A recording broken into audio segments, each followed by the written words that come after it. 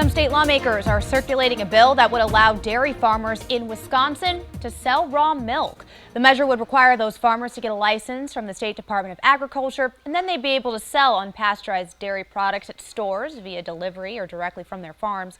The bill also sets standards for raw milk producers on cleanliness, labeling, and record keeping.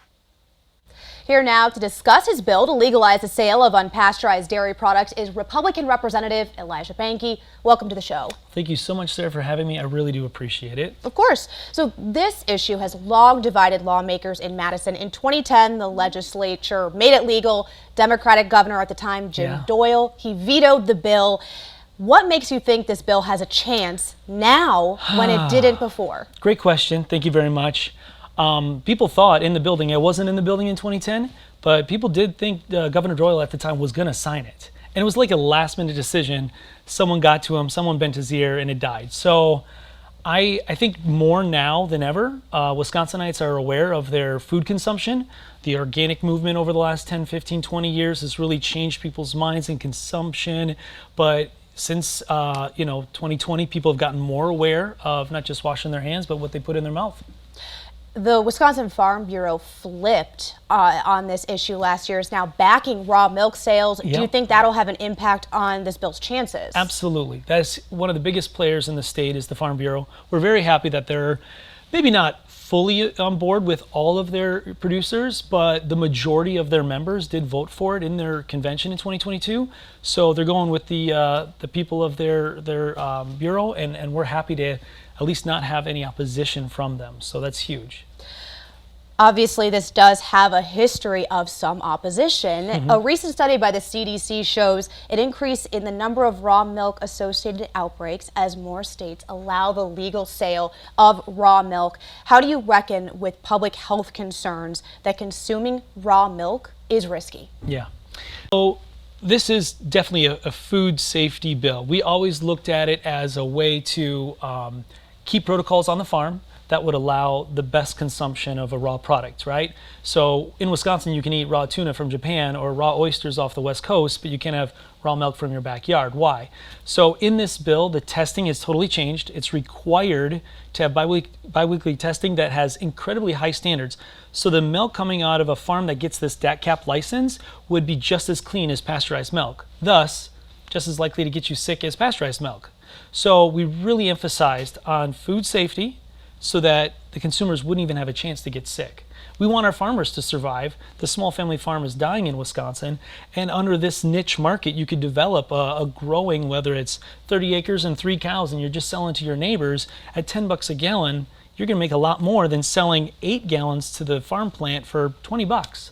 So you can quadruple your money going direct to consumer. So it's a niche market, it's a great time, and I think people are now more aware of their health choices, right? Hopefully they are. And that makes the consumer more educated that's coming to the farm. So Grassway Organics out of East Troy, Wisconsin, this is kind of their bill idea. Chaz, the farmer, has been passionate about this, working on it for years, and his business exploded since COVID. And so people are more educated, like my wife. She's one of those like hippy dippy moms that really like researches every option before doing any major choices on whether it's dental care or where are these organic strawberries from, right? And I just think this food movement is really benefiting Americans and Wisconsinites, but I also think it could benefit Wisconsin farmers. Do you think that this issue is partisan? You know, as we talked about, former Governor Doyle, Democrat, you know, he vetoed this bill.